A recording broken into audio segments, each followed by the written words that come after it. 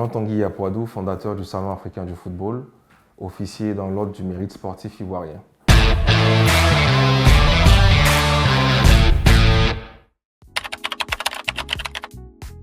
Alors cette 4e édition est totalement inédite avec beaucoup d'innovations.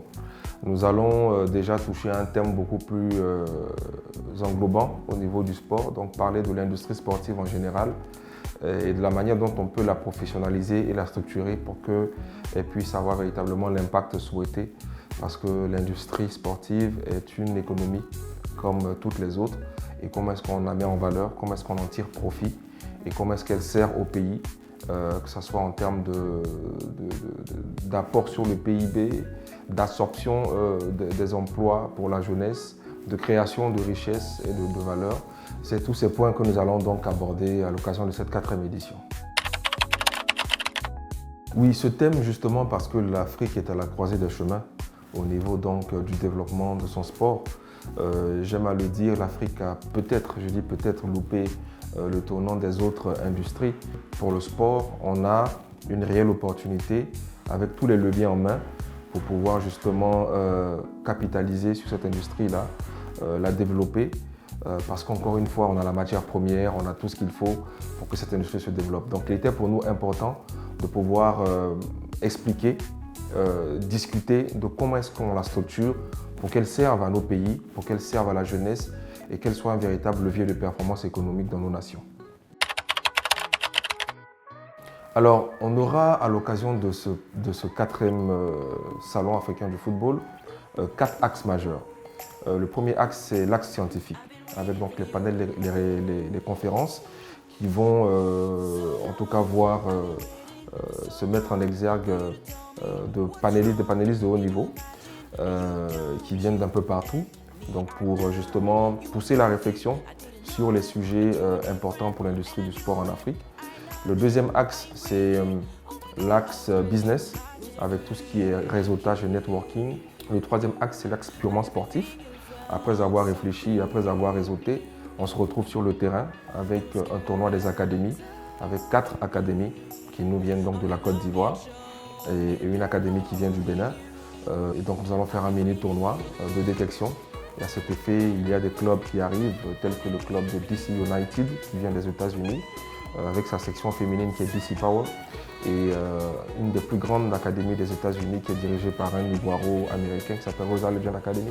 Ils seront là pour voir ces talents-là et puis pourquoi pas recruter donc ces jeunes-là pour aller vers la MLS. Et le dernier axe qui est l'innovation de cette année, ce sont les Sport Business Awards que nous allons avoir en clôture du salon pour justement promouvoir les acteurs de l'industrie du sport et les récompenser à travers donc des awards et montrer que cette économie-là est viable et que ces acteurs-là, bien que l'industrie du sport soit encore embryonnaire, font des choses importantes pour la développer. C'est le hashtag qui révèle la vision même du salon. Le salon est parti d'un constat. Le constat est le suivant, c'est que l'Afrique est un gros consommateur d'événements sportifs, dont le premier est la CAN, mais il n'y avait pas d'événements structurés en dehors des compétitions qui pouvaient réunir tous les acteurs de l'écosystème du football pour discuter, donc d'événements foot business. Et que le salon, d'année en année, se bonifie, s'amplifie, s'internationalise et les acteurs se l'approprient. Nous avons un pays à l'honneur comme le Maroc qui sera représenté avec sa fédération, avec son ministère du tourisme.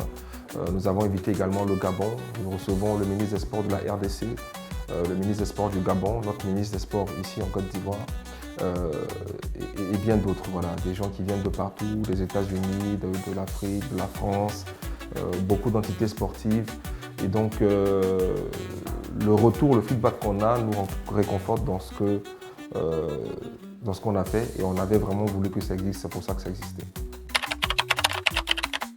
Les objectifs, c'est vraiment déjà de permettre aux acteurs qui ne sont pas visibles en dehors des joueurs de mettre en lumière ce dynamisme de cet écosystème de football qui fait véritablement le sport et du sport en général, parce que le sport, ce n'est pas que les athlètes.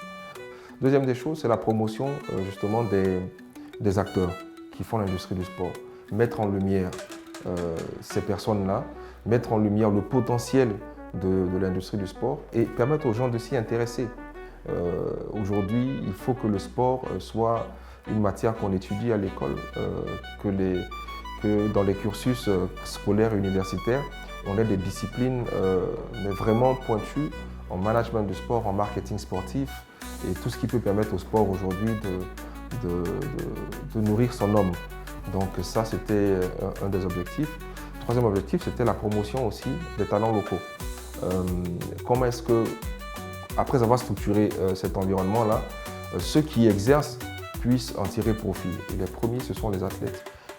On se plaint de nos championnats, que ce soit dans le football, dans les autres disciplines, mais c'est parce qu'il y a un cadre qui manque, alors que tout le monde est unanime qu'on a les talents. Donc voilà un peu les objectifs du salon. Et puis, au-delà de tout ça, c'est vraiment aussi de pouvoir user de ce salon pour faire de la diplomatie sportive et permettre à notre pays de pouvoir aussi rayonner sur le continent et l'international. C'est un moyen de diversification des affaires. Une société d'assurance, par exemple, une société de banque, aujourd'hui peut essayer de voir ce qu'il y a dans le sport. Aujourd'hui, les joueurs sont des marques, les clubs sont des entreprises. Ailleurs, on a vu des joueurs qui ont assuré une partie de leur corps. Voilà, donc comment est-ce qu'on adresse ce marché aujourd'hui qui est là? C'est un marché captif. Ça peut être une niche. On peut ne pas tout comprendre pour le moment, mais il faut venir découvrir pour voir les opportunités d'affaires. Et c'est vraiment cet appel-là que je veux lancer à tout l'écosystème sportif, mais également économique, le tissu économique privé et public, de sorte que les entreprises puissent venir découvrir les opportunités qu'il y a dans le sport.